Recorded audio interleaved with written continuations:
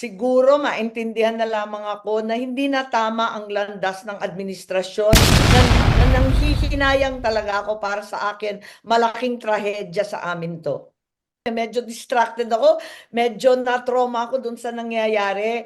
Hanggang ngayon, di ko pa rin talaga maintindihan bakit kinakailangan durugin ang hindi kaalyado. Nakaalyado naman sa umpisa. Di ko talaga maintindihan samantalang ang bansa ay nagdurusa sa napakatataas na bilihin, kakulangan ng trabaho, mga problema sa krimen, sa droga, sa korupsyon. Dapat tutukan na natin yan.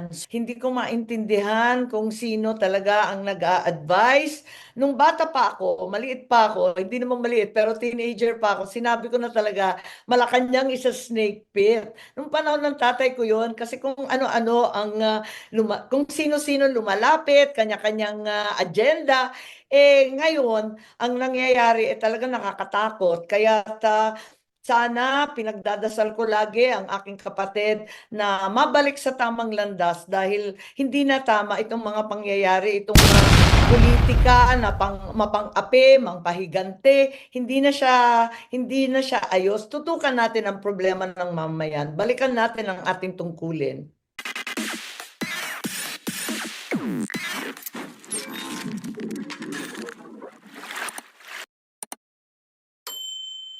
Hindi ko talaga maintindihan kung ano ang nangyayari at sino ang namamahala sa palasyo na imbes na tutukan ang sadyang problema ng bansa kung ano-anong pinapasukan na paghihigante at pang-aapi. Hindi kami naggalaban, hindi kami nakipag ah, ah, tunggalian sa napakahabang panahon, halos 4 na dekada, para lang mang-api ng iba. Hindi ito ang turo ng aking ama. Kaya hindi ko alam kung saan to nanggagaling at hindi ako papayag ng ganito. So Alam hindi naman ninyo noon pa di ba? Hindi pa nakakaupo, inauguration pa lang, abala na ako sa smuggling ng agricultural product, abala na ako sa mga magsasaka at sa ating land reform. Abala na tayo dun sa Maharlika Fund, dun sa People's Initiative na babaguhin sa pamamagitan ng suhulan ng ating saligang batas. Abala na ako sa budget ng 2024 at 2025 kung saan linustay ng bonggang-bongga ang pera ng bansa. Kaya hindi ito bago at siguro maintindihan na lamang ako na hindi na tama ang landas ng administrasyon na nanghihinayang talaga ako para sa akin, malaking trahedya sa amin to. so hindi kayo nag-worry na lalong maging mas malayo kayo o magkaroon ng hinanakit sa isa't isa, kayo at ang Pangulo. Walang ganong worries sa inyo, ma'am. Well, para sa akin, sana wag masamain. Alam ko nagtampo dahil doon sa hearing. Pero kung tutuusin, yung unang hearing, hindi ko naman akalain na yun ang sasagutin nila. Malay ko ba kung anong sasagutin? Kaya nga ako nagtatanong tulad ng sambayanan, hindi ko alam ang sagot. At ang dai-dai nila, padagdag sila ng padagdag, akala ko naman handang-handa. Nung iba-iba na yung sagot nila at waring nagkanalan sila, abay hindi ko nasagot yun, hindi ko na pananagutan yun. Ang akin lamang abutin ang katotohanan at iwaksi ang lahat ng hindi tama, labag sa batas, labag sa batas pati ng Diyos dahil sa pang-aapi sa matatanda at may sakit. Ma'am, sorry, last na po talaga on my part. Ma'am, itong endorsement ni VP Sara, given yung inyong standing sa mga surveys ngayon, no, you think enough para kahit papano maipanalo at maituloy niyo yung second term po ninyo? Ako hindi masyadong nag-iisip ng politika ngayon Medyo distracted ako, medyo na-trauma ako dun sa nangyayari. Hanggang ngayon, di ko pa rin talaga maintindihan bakit kinakailangan durugin ang hindi kaalyado. Nakaalyado naman sa umpisa. Di ko talaga maintindihan samantalang ang bansa ay nagdurusa sa napakatataas na bilihin, kakulangan ng trabaho, mga problema sa krimen, sa droga, sa korupsyon, dapat tutukan na natin yan. So, kung makakadagdag at kung hindi, alam ninyo ang tama ay tama, ang mali ay dapat labanan. Thank you so much, ma'am. Ma'am, si Mean naman po, Corvera, Net 25. Okay, hi Mayan. Good afternoon, ay good morning pa. Ma'am, yung follow-up ko lang, sabi niyo kanina, ah, hindi na tama yung landas. Ibig sabihin, ah, yung banat kasi yan dun sa Marcos administration yung poll ads niyo. Wala tayong magagawa. Talagang marami ng tuloy-tuloy na kamalian. Hindi ko maintindihan kung sino talaga ang nag-a-advise. Nung bata pa ako, maliit pa ako, hindi naman maliit, pero teenager pa ako, sinabi ko na talaga, Malacanang is a snake pit. Nung panahon ng tatay ko yon, kasi kung ano-ano ang, kung sino-sino lumalapit, kanya-kanyang agenda, ngayon, ang nangyayari talaga nakakatakot. Kaya sana pinagdadasal ko lagi ang aking kapatid na mabalik sa tamang landas dahil hindi na tama itong mga pangyayari, itong politika na mapang-api, mangpahigante, hindi na siya ayos. Tutukan natin ang problema ng mamayan. Balikan natin ang ating tungkulin. Ma'am, hindi ba kayo nag-try na tawagan siya para sabihin na yung sitwasyon ng bansa ganito, hindi ba siya nakikinig sa inyo? Hindi, hindi. Sadly, marami nang nakapaligid at hinaharang talaga ang pag-uusap-usap namin. Malungkot ako dito talaga. Hindi ko pinagmamalaki itong mga pangyayari at sana nabigyan ng solusyon.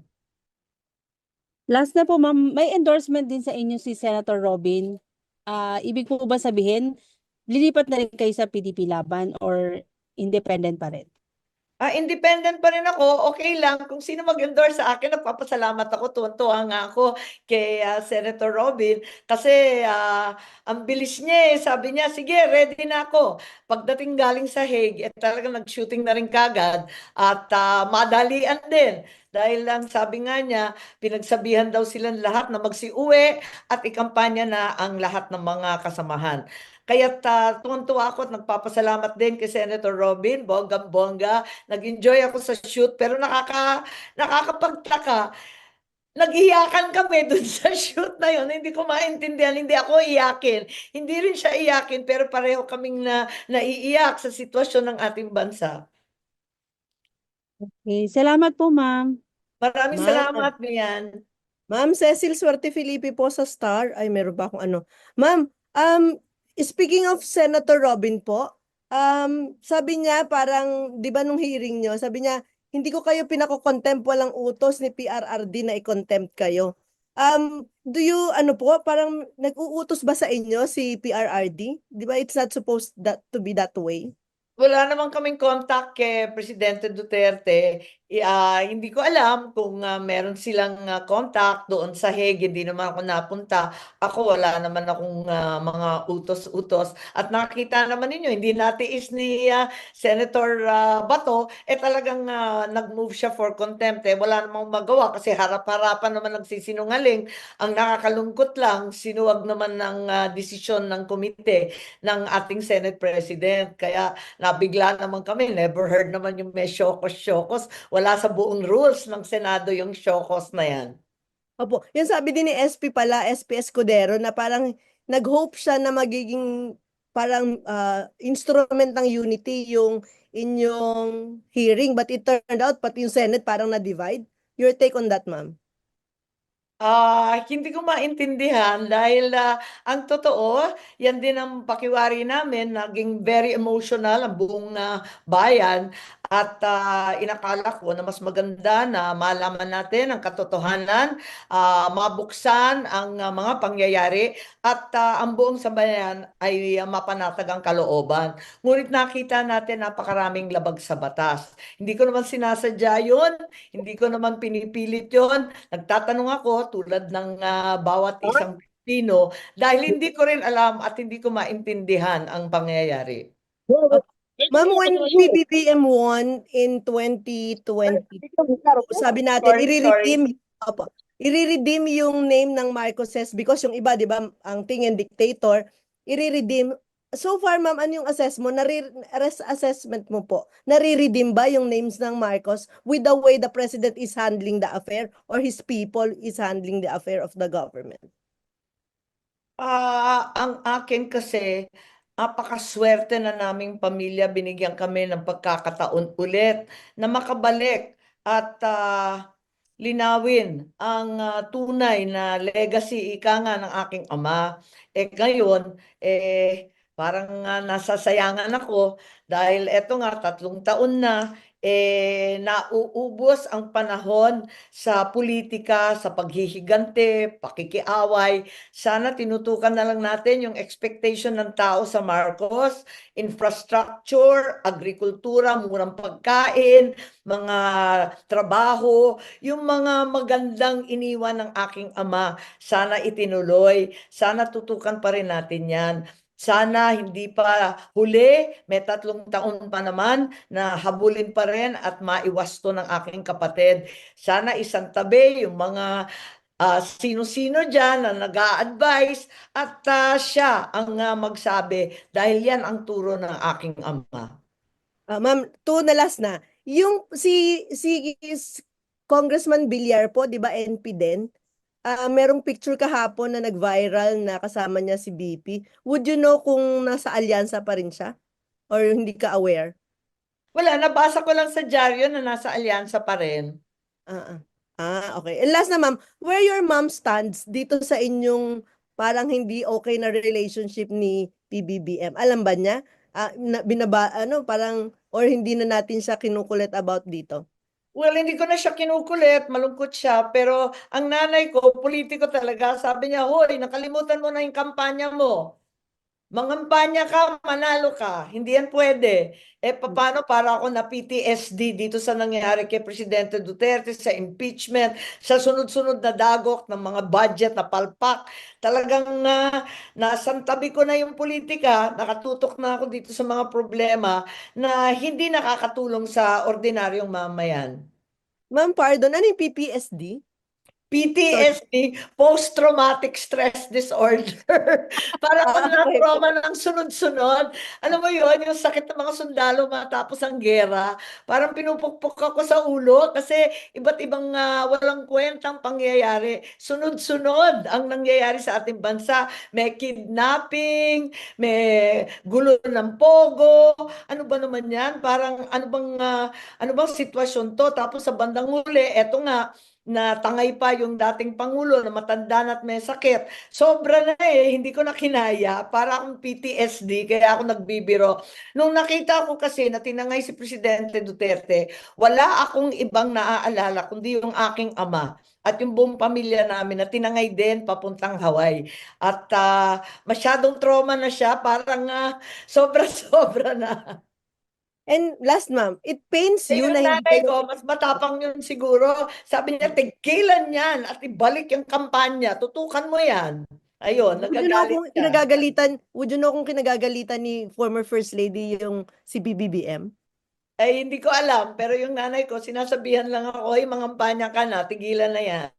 Opo. And last na, it pains you na hindi kayo okay na magkapatid? Oo naman, hindi naman masaya yung ganon na may humahadlang, na may humaharang, na hindi na kami nakakapag-usap ng maayos. At kung tutuusin, pamilya pa rin kami, politika lang to, sana maiwas to sa lalang madaling panahon. Pero ang isisigaw ko pa rin, itim.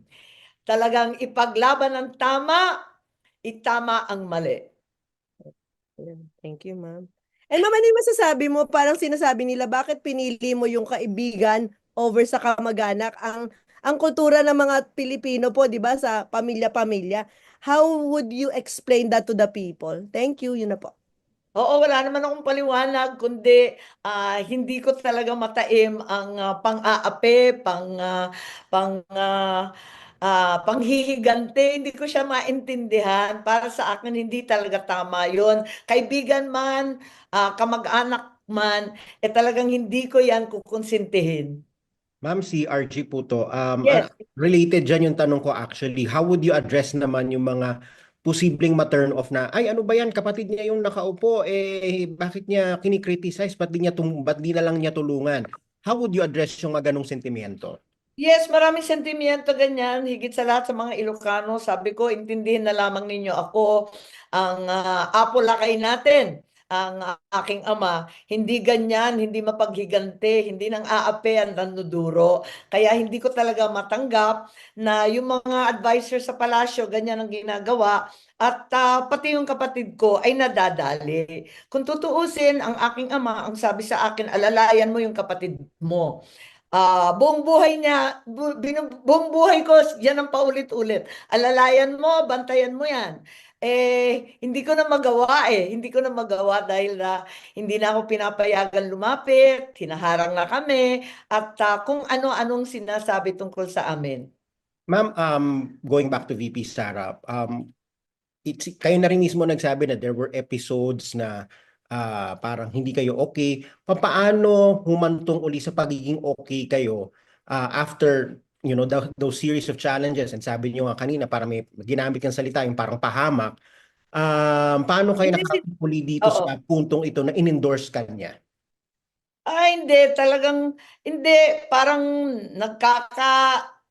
nagkakainisan lang, 'di ba? Yung term ng hukayin, alala ninyo 'yon? Nagalit yung mga Ilocano doon. Nagalit din sa akin bakit hindi ako nag-react violently. Kaya sabi ko sa kanya, ano ka ba? Ba't mo sinasabi ang ganyan? Yun lang naman. Pero sa kabila nun, parang sinisisi ko rin ang sarili ko kasi parang dinamay ko siya sa gulo, nananahimik na siya, nag-file na siya bilang mayor ng Davao. Kinalagkad ko pa at sinabi ko, sige na, mag-vice president ka. Hindi ko naman akalain kailanman nahahantong sa ganito. Grabe naman to, hindi ko akalain talaga. So ma'am, you regret in a way engineering Uniteam after what happened? Ang taas-taas ang tayog ng pangarap namin na magkakaisa ang bansa, na wala ng politika na isasantabi ang bardagulan, ang lumang politika na napaka-toxic. Wala na yon. Yun ang iniisip namin North and South, solid na solid. Wala na tayong gagawin, kundi magtatrabaho para sa mga magsasaka, ibabagsak natin ang presyo ng bilihin, lahat ng PWD, matatanda, solo parent, tutulungan. Ang dami-dami namin pangarap, mag-uunlad ng Pilipinas. Nako, wala pala nangyari, kundi, ayan, bumalik nga sa bulok na politikang away ng away. Ma'am, last two questions from my end. First, anong message ninyo kay President Marcos? Siguro, ang sasabihin ko na lamang, Holy Week, magmuni-muni tayong lahat, ipagdasal natin na maiwasto ang pagkakamali. May pagkakamali rin naman ako at hindi ako kung minsan nakikipag-usap ng maayos, pero sana mag-usip-isip lang tayong lahat at balikan yung mga turo ng aking ama. Ma'am, second, my ultimate question. Yung tatay ko kasi, tuwing Holy Week, nagre-retreat yun eh. Pupunta yun sa monasteryo sa Baguio. Hindi nagsasalita isang linggo, hindi kakain ng maayos, hindi matutulog, kundi sa maliit na teheras. Dala-dala niya ang kanyang kabinete, ang kanyang mga general para magmuni-muni. Siguro kailangan nating lahat gawin yun. Okay, ma'am. For Senate President Chis Escudero naman, ano ang inyong mensahe sa kanya at anong inyong next move after dun sa nangyari dun sa dapat ay pagko-contempt kay Special Envoy Lacanilao, and then yung kanyang pag-i-issue ng show cause order, and then yung sagot niyo dun sa sinabi niyang wag ninyong gamitin ang Senado sa politika? Nakakatuwa naman talaga yung mga pinagsasabi. Ang akin na lamang, balikan natin ang tunay na rules ng Senado kung saan walang mahahanap kahit minsan ang binabanggit na show cause. Yung ginagamit para sa politika, nakakatuwa naman kasi alam naman natin na siya yung ambisyoso. Ako yung nakalimutan nga mangampanya na. Okay, thank you, ma'am. Ma'am, si Selly, balik lang ako. Kelly, pwedeng okay na kasi maraming nag-iintay eh. Yung aking KP matatanda na, baka lalong tumanda. Ma'am, may patanong lang si Mayan. Yung sabi niyo, inutusan ni PPRD si Sara na umuwi at mangampanya, kasama po daw sa inutos niya yung ikampanya kayo? Wala naman yatang ganon. Basta, yun ang kwento nila ni Robin na pinagsabihan sila, di ba? Meron siyang interview, sabi niya, umuwi kayo't mangampanya. Yun lang. Mm. Okay, sige ma'am. Ay, Pero ang sino totoo, daw yung maharang? noon pa, kakapila ko lang nung October, talagang tinaas na yung kamay ko ni PRRD nung isang dinner namin sa Maynila. Pero ma'am, At sino sorry, daw po yung humaharang sa inyo sa Malacanang? Ay nako, kung sino-sino, alam naman ninyo. Mm.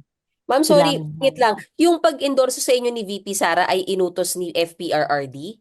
Ay hindi naman Hindi siguro. po. Basta ang sinabi lang ni PRRD, ayon sa interview, nabasa ko rin lang sa dyaryo, talagang magkampanya. Yun din ang sabi ni Senator Robin, mangampanya daw sila, tulungan daw lahat ng kaalyado. Okay. Okay, ma'am. So Okay. si Cheese ambisyoso, may ambition siya sa 2028, ma'am? Hindi ko alam, pero alam ko, mataas ang iniisip nun